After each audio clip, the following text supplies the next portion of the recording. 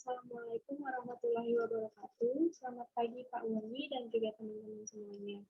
Kami dari kelompok 3 ingin mempresentasikan hasil dari tugas kami untuk mata kuliah Sistem Informasi Akuntansi pada bab 3 mengenai teknik dokumentasi dan relational database. Sebelumnya, izinkan saya memperkenalkan diri anggota kelompok kami. Pertama, dengan saya sendiri, Ajeng Nurlestari, dan juga teman-teman saya, ada Jupriana, Fircika, dan Ivana Lara Putri. Pada kesempatan kali ini, saya akan menjelaskan tentang kasus 1, kasus logika DFT pembelian kredit. Langsung saja. Diagram konteks.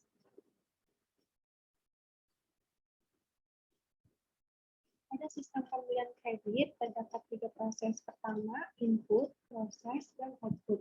Pada proses, terdapat tiga prosesan. Pertama, pemrosesan data, kedua, penutupan, ketiga, laporan. Pada pemrosesan data, ada mengecek status utang, input pesanan, terima barang, dan mengecek barang dan SPP. Di penutupan, ada pencatatan uang. Lalu, pada laporan, ada membuat laporan. Pada penutupan dan juga pencatatan utang, ada pembaruan daftar utang, menyiapkan daftar utang. Pada pemrosesan data, di input pesanan, ada masukkan data dan juga membuat SOP.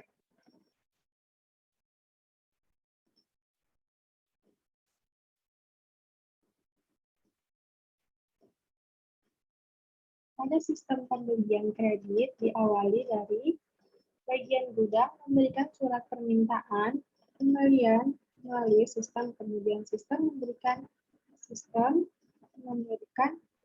surat permintaan pembelian ke bagian pembelian. Bagian pengembalian mengembalikan surat permintaan pengembalian yang sudah disetujui ke sistem. Sistem mengirimkan surat order pengembalian ke vendor dan surat pemberian dan surat permintaan pembelian ke security. Vendor mengirim barang, surat, dan faktur ke sistem. Lalu setelah itu menyerahkan barang ke security. Lalu security menyerahkan barang dan surat permintaan pembelian dikirim kembali ke sistem. Lalu bagian gudang menerima barang dari sistem. Lalu membuat laporan pembelian kredit untuk diserahkan ke manajemen.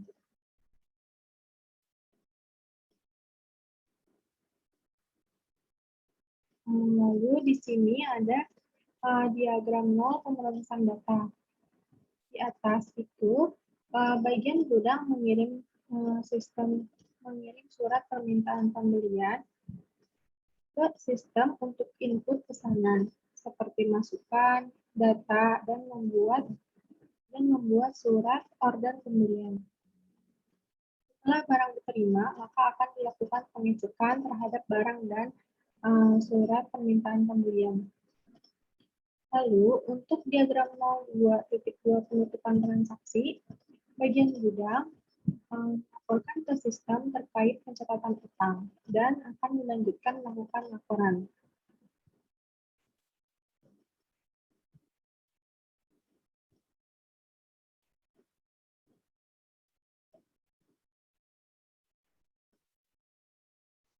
Lalu, terdapat 4 pihak yang terkait, yaitu bagian gudang, pembelian, security, dan manajemen. Dalam sistem pembelian kredit ada 6 proses, yaitu pertama, mengecek status utang, lalu input pesanan, terima barang, mengecek barang dan surat permintaan pembelian, pencatatan utang, dan juga membuat laporan. Dalam proses input pesanan terdapat proses lanjutan, yaitu proses masukkan data dan proses membuat surat order pembelian. Dan dalam proses pencatatan utang terdapat proses lanjutan, yaitu proses pembaruan daftar utang dan menyiapkan daftar utang. Dalam proses proses pengecek status utang sistem menerima surat permintaan. Kemudian dari bagian gudang. Kemudian sistem membutuhkan data utang untuk menginput saldo utang perusahaan. Lalu surat permintaan pembelian diberikan ke bagian pembelian. Lalu di sini dalam proses lanjutan, pada proses input pesanan, proses masuk ke data menerima surat permintaan. Surat permintaan pembelian yang sudah disetujui dari bagian pembelian.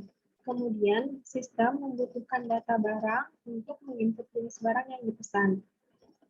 Dan data vendor untuk menginput profil vendor yang menjadi supplier menghasilkan data pesanan dan akan dilanjutkan ke kegiatan selanjutnya, dan surat permintaan pembelian diberikan ke security. Lalu setelah itu proses surat order pembelian membutuhkan data utang untuk memperjelas status pembelian. Lalu surat order pembelian dikirim ke vendor. Kemudian, vendor menyetujui pemesanan tersebut, lalu mengirim barang, surat pengantar, dan juga faktur yang diteruskan ke proses selanjutnya. Setelah itu, dalam proses terima barang, sistem menerima barang, surat pengantar, dan faktur dari vendor, lalu sistem membutuhkan data barang untuk menginput jumlah barang yang dipesan, yang bertujuan untuk mengecek barang yang datang. Kemudian membuat laporan penerimaan barang yang diteruskan ke proses pencatatan utang bersama dengan faktur dan barang diserahkan ke security. Dalam proses pengecekan barang dan surat permintaan pembelian, sistem menerima barang dan surat permintaan pembelian dari security. Kemudian membutuhkan data barang untuk menginput jenis barang yang dipesan. Setelah itu, barang diserahkan ke bagian gudang. Dalam proses lanjutan pencatatan utang, proses pembaruan daftar utang, menerima laporan penerimaan barang dan faktur dari proses terima barang. Kemudian, sistem membutuhkan data barang untuk menginput jumlah barang yang dipesan, dan data vendor untuk menginput profil vendor yang menjadi supplier. Lalu, keluar daftar utang yang akan diproses dalam kegiatan menyiapkan daftar utang. Pada proses menyiapkan daftar utang, menghasilkan daftar utang pembelian yang akan dilanjutkan ke proses selanjutnya. Dalam proses membuat laporan, sistem menerima daftar utang pembelian dari proses sebelumnya. Kemudian dibuat laporan pembelian kredit dan diserahkan laporan tersebut kepada manajemen. Untuk kasus 1, sekian dulu. Lalu kasus 2, 3, dan 4 akan dilanjutkan oleh teman-teman saya.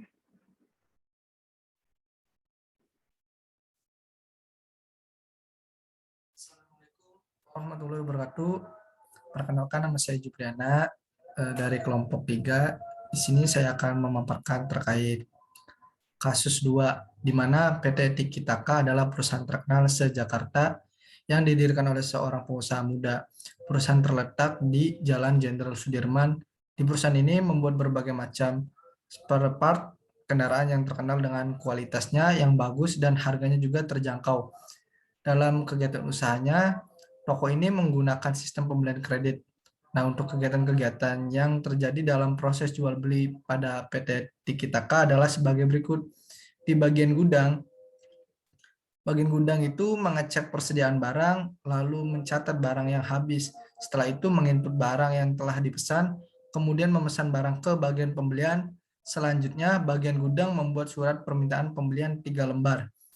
Surat permintaan pembelian 1 diberikan ke bagian pembelian, surat permintaan pembelian 2 diarsip tetap, surat permintaan pembelian 3 diserahkan ke security. Nah, di sini saya akan menjelaskan flowchart dari di bagian gudangnya. Yang pertama itu kita menggunakan simbol terminator untuk memulainya.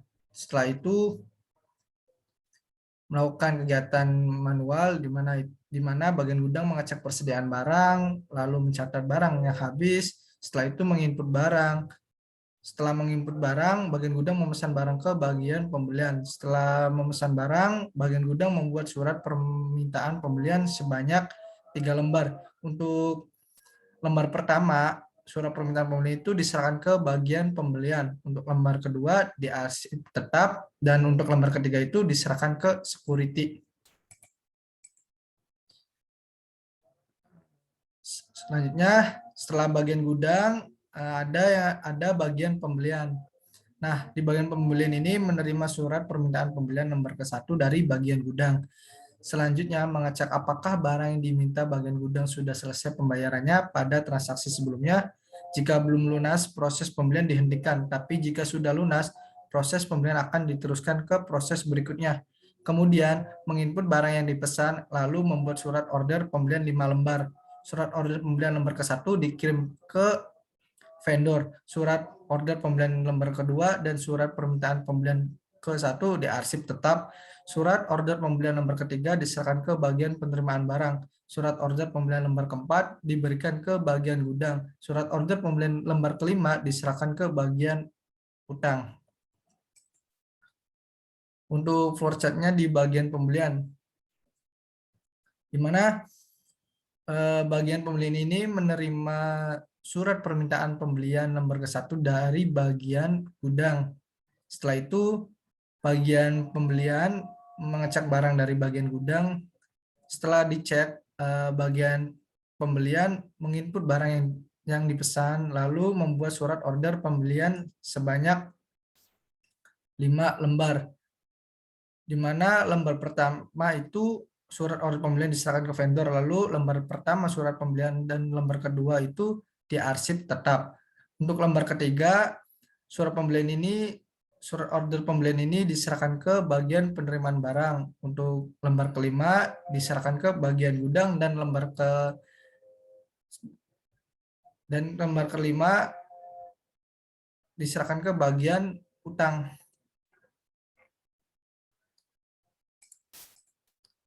Setelah bagian pembelian ada yang namanya bagian penerimaan barang, di mana menerima surat order pembelian lembar ketiga dari bagian pembelian dan surat pengantar dan faktur dari vendor bersama barang. Kemudian mencocokkan surat order pembelian, surat pengantar, dan faktur dengan barang. Lalu menginput data barang yang masuk, kemudian membuat laporan penerimaan barang 4 lembar. Laporan penerimaan barang lembar ke-1 dan faktur diserahkan ke bagian pembelian. Laporan penerimaan barang lembar kedua diserahkan ke bagian utang. Laporan penerimaan barang lembar keempat bersama barang diserahkan ke bagian gudang. Laporan penerimaan barang lembar ketiga, surat order pembelian lembar ketiga, dan surat pengantar diarsip tetap. Untuk floor chart-nya bagian penerimaan barang itu, di bagian penerimaan barang menerima surat order pembelian lembar ketiga, faktur, dan juga surat pengantar dari bagian pembelian. Setelah itu, bagian penerimaan barang mencocokkan ketiga dokumen tersebut dengan barang. Lalu setelah mencocokkan, menginput data barang tersebut, setelah diinput, membuat laporan penerimaan barang. Untuk laporan penerimaan barang lembar 1 dan juga faktur diserahkan ke bagian pembelian. Dan untuk laporan penerimaan barang lembar 2 diserahkan ke bagian utang. Untuk laporan penerimaan barang lembar keempat diserahkan ke bagian gudang. Untuk laporan penerimaan barang lembar ketiga, surat order pembelian ketiga, dan juga surat pengantar itu diarsip tetap. Bagian utang menerima laporan penerimaan barang lembar kedua dari bagian penerimaan barang, surat order pembelian lembar kelima, dan faktur dari bagian pembelian. Lalu membandingkan faktur dari vendor dengan surat order pembelian lembar kelima dan laporan penerimaan barang lembar kedua. Selanjutnya membuat bukti kas keluar 3 lembar, mencatat bukti kas keluar lembar 1 dalam kartu utang, bukti kas keluar lembar 2 diserahkan ke bagian kartu persediaan, bukti kas keluar lembar 1, bukti kas keluar lembar 3, laporan penerimaan barang lembar kedua, surat order pembelian lembar kelima, dan faktur diarsip tetap. Sini di bagian utang itu laporan penerimaan barang lembar 2 itu diterima dari bagian penerimaan barang. Terus surat order pembelian lembar kelima dan juga faktur itu diterima dari bagian pembelian. Setelah bagian utang menerima 3 dokumen tersebut, lalu membandingkan. Setelah dibandingkan, membuat bukti kas keluar.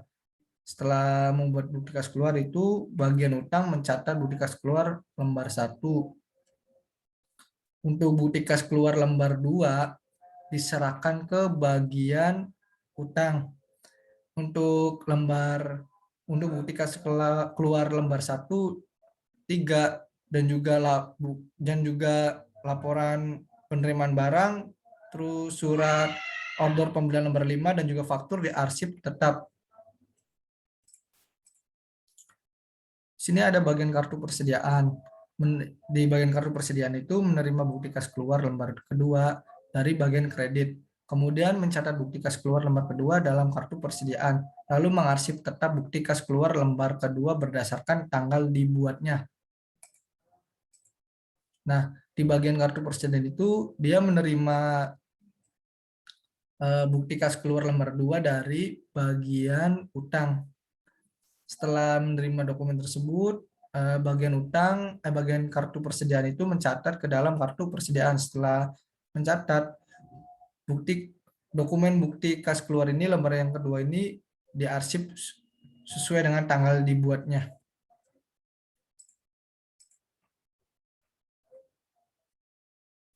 Kita kembali lagi ke bagian pembelian, di mana bagian pembelian ini menerima laporan penerimaan barang lembar ke-1 dan faktur dari bagian penerimaan barang. Kemudian memeriksa laporan penerimaan barang lembar ke-1 dan faktur. Selanjutnya mengarsip tetap laporan penerimaan barang lembar ke-1 berdasarkan tanggal dibuatnya dan faktur diserahkan ke bagian utang.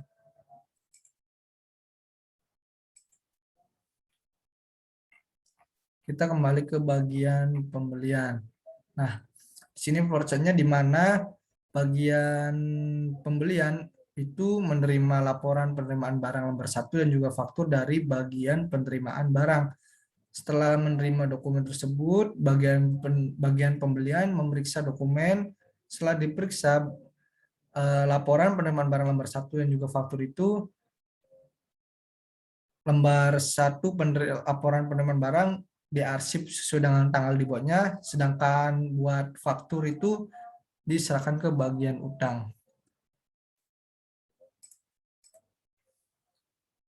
Nah, terus di bagian gudang menerima surat order pembelian lembar keempat dari bagian pembelian, surat permintaan pembelian lembar ketiga dari security, dan laporan penerimaan barang lembar keempat dari bagian penerimaan barang bersama barang. Kemudian memeriksa surat order pembelian lembar keempat, surat permintaan pembelian lembar ketiga, dan laporan penerimaan barang lembar keempat melalui security. Kemudian security memasukkan barang ke dalam gudang. Selanjutnya mencatat laporan penerimaan barang lembar keempat dalam kartu gudang. Kemudian surat permintaan pembelian lembar ketiga diserahkan kembali ke security.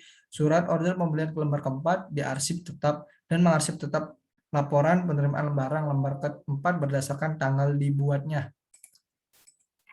Kita kembali lagi ke bagian gudang ya, di mana bagian gudang ini menerima surat order pembelian lembar keempat dari bagian pembelian dan juga menerima surat permintaan pembelian lembar ketiga dari security, terus menerima juga surat permintaan barang lembar keempat dari bagian penerimaan barang.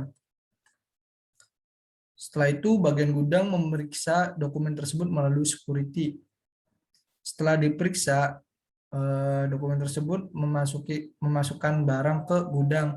Setelah sudah memasukkan barang ke gudang, surat order pembelian lembar keempat itu dikembalikan lagi kepada security. Terus surat permintaan pembelian lembar ketiga diarsip tetap. Surat permintaan barang lembar keempat diarsip sesuai dengan tanggal dibuatnya. Dan ditutup dengan terminator selesai. Itu aja yang dapat saya sampaikan. Kurang lebihnya mohon maaf. Wassalamualaikum warahmatullahi wabarakatuh.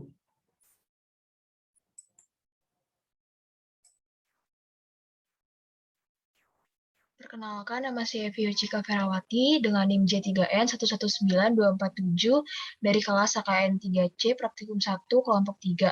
Saat ini saya akan membahas tugas Sistem Informasi Akuntansi pertemuan 3 kasus ketiga. Di sini ada soalnya, persiapkan diagram konteks dan DAD level 0 untuk setiap situasi berikut ini. Ada 6 situasi yang harus dibuat, data flow diagramnya untuk level 0 dan diagram konteksnya.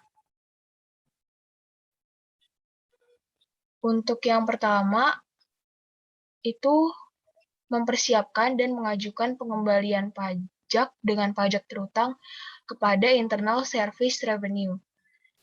Nah, untuk diagram konteksnya, wajib pajak memohon restitusi untuk diproses dalam sistem pengajuan pengembalian pajak, lalu dari sistem akan diserahkan ke DJP.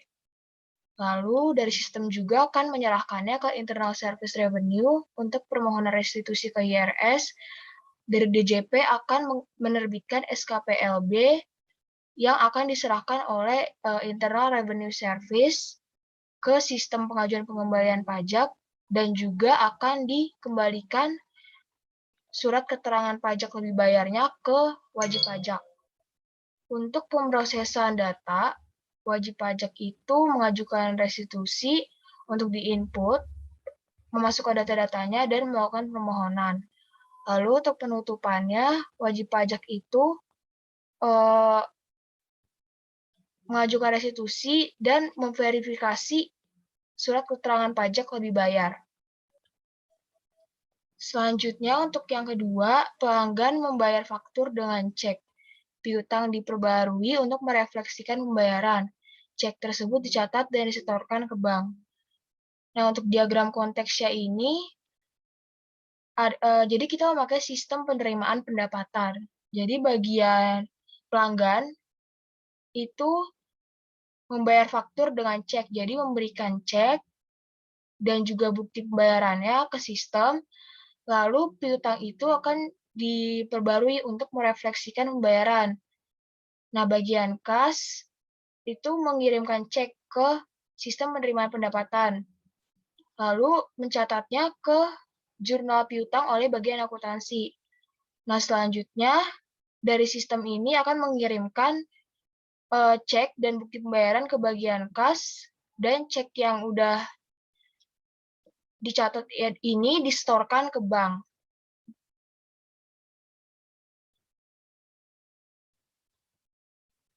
Selanjutnya, untuk pemrosesan data, pelanggan ini memberikan cek untuk diinput, lalu cek tersebut diterima. Untuk penutupan transaksi, pelanggan ini memberikan cek untuk ditutup, lalu ada bukti kas masuk yang akan disetorkan ke bank. Untuk yang ketiga, pelanggan menempatkan pesanan online untuk barang dagangan. Pesanan diterima, diisi, dan dikirim ke pelanggan dengan faktur. Jadi pelanggan di diagram konteksnya ini memesan barang, lalu ada barang dan fakturnya, memesan barang ke sistem. Lalu bagian pembelian itu mendapatkan pesanan dari pelanggan. Bagian pembelian mendapatkan pesanan dari pelanggan, bagian gudang mendapatkan surat order pembelian, lalu bagian pengiriman mengirimkan barang kepada pelanggan melalui sistem ini, sistem pembelian kredit. Lalu dari bagian pembelian itu menerbitkan faktur, dan dari gudang itu memberikan barang dan juga surat pengantar. Lalu dari sistem ini akan dikirim seperti barang, faktur, dan juga surat pengantar kepada pelanggan. Untuk pemrosesan data, ini pelanggan itu memesan barang untuk diinput. Lalu diinput dan jadilah surat permintaan pembelian yaitu surat order pembelian.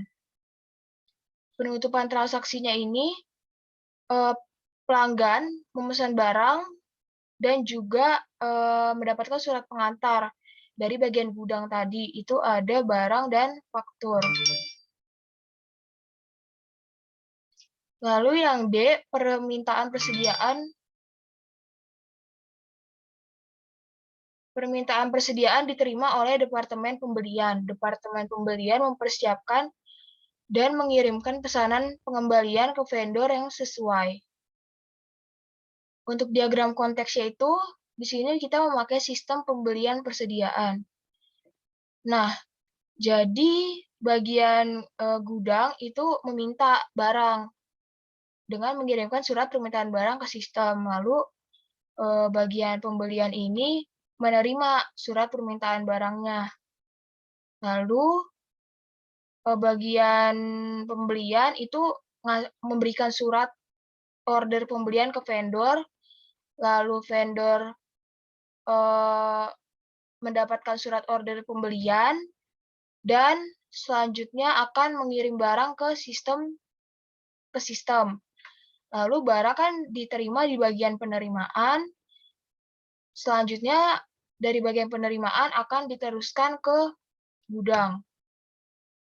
Nah, untuk pemrosesan datanya, dari gudang itu mengirimkan surat permintaan pembelian barang, lalu surat order pembelian untuk dicatat pesanannya. Nah, untuk penutupan transaksi dari gudang, itu ada surat permintaan pembelian. Itu untuk penutupannya, lalu pengiriman barang atau distribusi, dan juga laporan penerimaan barang. Untuk selanjutnya, kasus selanjutnya itu faktur vendor diterima, diperiksa, dan dibandingkan dengan pesanan yang sesuai, kemudian dibayar dan diajukan. Nah, dari vendor ini, kita pakai sistem pengeluaran kas. Jadi, vendor mengirim faktur. Nah, faktur ini diterima oleh bagian kas. Sebelumnya, kirim dulu ke bagian utang. Faktur disesuaikan dulu di bagian utang, baru dikirim ke bagian kas. Nah, dari bagian kas ini membuat bukti kas keluar dan bukti pembayaran, lalu diterima oleh BKK yang tadi dibuat di bagian kas, diterima oleh bagian akuntansi, dan membuat jurnal pengeluaran kasnya juga. Selanjutnya, dikirim lagi ke vendor. Untuk pemrosesan datanya, vendor itu mengirim faktur, lalu pembayarannya itu dicatat di bukti kas keluar. Penutupan transaksinya, kalau vendor itu juga mengirim faktur, lalu mendapat jurnal pengeluaran kas untuk uangnya itu ke vendor. Lalu yang selanjutnya itu bill of lading atau surat tanda terima barang untuk memesan persediaan diterima dari vendor. Dicatat, dicek, dan dengan pesanan pembelian sesuai kemudian diajukan. Ini berhubungan dengan sistem pemesanan persediaan. Jadi vendor itu mengirimkan surat tanda terima barang ya. Lalu bill of lading ini, surat tanda terima barang ini dikirim ke consignee atau penerima dan dicek apakah sesuai dengan pesanan. Lalu bill of lading ini juga dikirim ke pihak pengiriman. Nah, dari pihak pengiriman itu mengirim barang dan membuat laporan. Selanjutnya laporan itu disimpan atau dikirim ke notify party. Nah, dari situ kemudian vendor ini menerima barang dan faktur.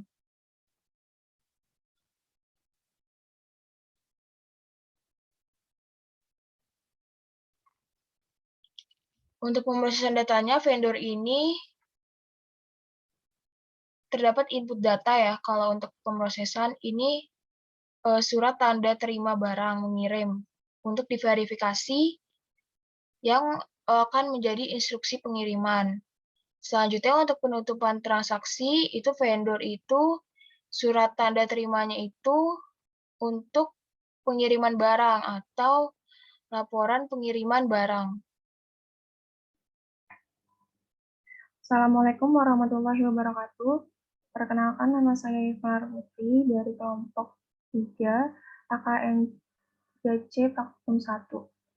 Di sini saya akan menjelaskan tentang tugas yang diberikan pada pertemuan 3 mengenai DFD, yaitu di sini terdapat kasus 4 dan juga penjelasannya yang telah kelompok kami diskusikan.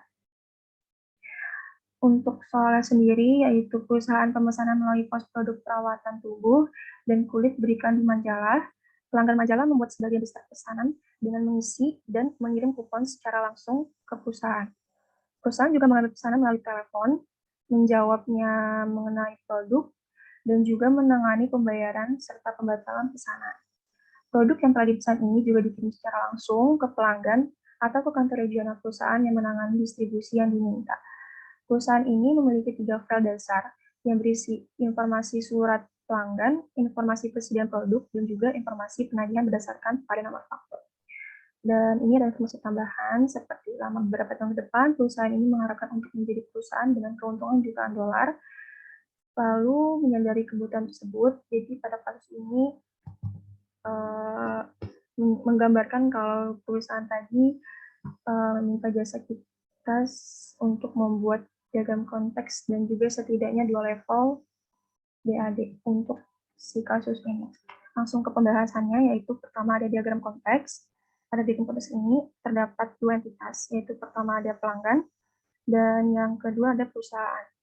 Nah, dari pelanggan ini mengirimkan pesanan kupon, pesanan telepon, pembatalan pembayaran, pertanyaan produk, pertanyaan pesanan, dan juga pertanyaan pembayaran sesuai dengan deskripsi tadi pada kasus di atas ke proses sistem pemesanan. Lalu input yang telah tadi pelanggan berikan ke proses ini dilanjutkan ke perusahaan untuk diproses selanjutnya, dan proses ini juga memberikan output kembali ke pelanggan seperti faktur, pemberitahuan pengiriman, tanggapan pembatalan ini kalau memang pemesanannya tidak valid, tanggapan pertanyaan pembayaran, serta tanggapan pertanyaan produk. Sekiranya ini untuk diagram konteksnya. Sekarang lanjut ke DFD level 0. Nah, pada DFD level 0 ini masih terdapat 2 entitas, yaitu ada pelanggan dan juga perusahaan dengan 2 proses, yaitu proses pertama pemrosesan transaksi pesanan, dan yang proses kedua itu ada membuat laporan. Nah, dari entitas pelanggan tadi itu mengirimkan input kembali seperti pada diagram konteks di awal tadi, yaitu ada pesanan kupon, pesanan telepon, pembatalan, pertanyaan produk, pertanyaan pemesanan, dan juga pertanyaan pembayaran. Lalu output dari proses 1.0 ini yang tidak diteruskan akan dikirimkan kembali ke pelanggan, yaitu berupa tanggapan pembatalan, tanggapan permintaan pemesanan, dan juga tanggapan pertanyaan produk. Nah, input-input yang sudah didapati dari pelanggan tadi akan sebagian diproses ke proses selanjutnya, yaitu dengan membawa detail pelanggan, detail produk, dan juga pesanan yang valid. Pesanan yang valid ini salah satu input yang akan diteruskan. Kalau yang tadi ini kan output yang tidak diteruskan ke proses selanjutnya.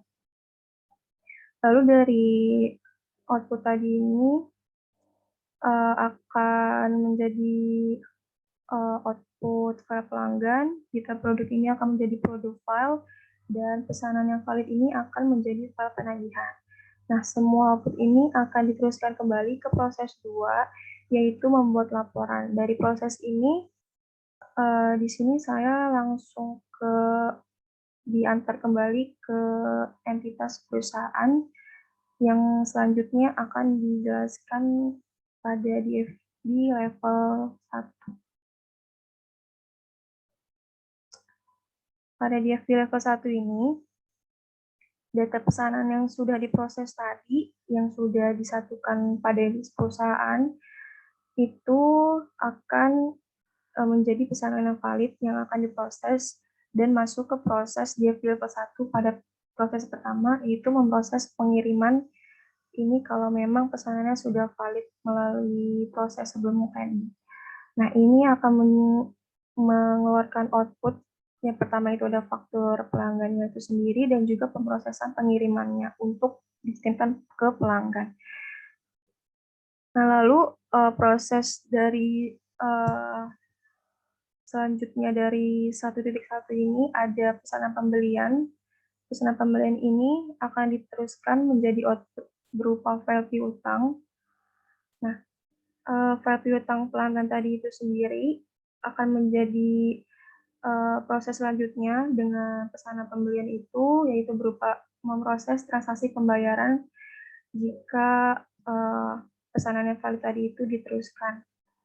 Nah, dari proses kedua ini akan keluar output berupa tanggapan pertanyaan pembayaran untuk pelanggan, dan dari pelanggan sendiri kembali akan memberikan input yaitu berupa pertanyaan pembayaran dan juga pembayaran atas pesanan yang memang sudah valid tadi. Sekiranya itu saja dari saya. Mohon maaf jika ada salah penjelasan ataupun perkataan yang telah saya ucapkan. Sekian presentasi dari kelompok 3. Mohon maaf apabila ada kekurangan dari penyampaian materi kami. Terima kasih. Wassalamualaikum warahmatullahi wabarakatuh.